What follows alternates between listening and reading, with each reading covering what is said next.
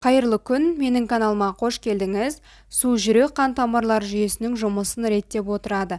Қанның сұйық бөлшегі плазмадан эритроцит, тромбоцит, лейкоцит атты қан жасушаларынан тұратынын білеміз.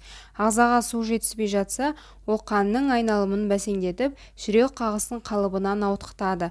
Судың аздығы ағзадағы қанның сұйық бөлшектерін азайтады. Қан қоюланып, тромб түзеді. Тромбтар тамырдағы қан айналымды бұзады. Инфаркттар мен инсульттердің орын алуына жағдай жасайды. Су арықтауға көмектеседі. Асқазан күллі тамақ аталуының қорытылатын орны. Асқазан не қорытып жатқанына қарамайды.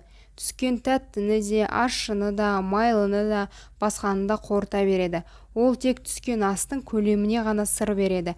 Сондықтан да оны алдай салу оңай. Тамақ ішерден бұрын 1 стакан су ішіп алсаңыз, сонда адам ішер астың калориясын азайта алады.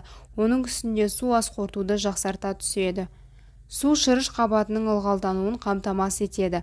Су көмейдің, ауыз қуысының, мұрынның шырышты қабаттарын ылғалдандырып тұрады. Егер шырышты қабаттар ылғалды болса, онда ағзаға түрлі вирустар мен микробтардан қорғалады деген сөз. Қандай кеңес беруге болады? Күніне 2 литр су ішуді әдетке айналдырыңыз, ал аптап ыстықта 3 литрден асырса да болады. Ақпарат ұнаса, каналға тіркеліп, лайк басып, комментарий жаза кетіңіз.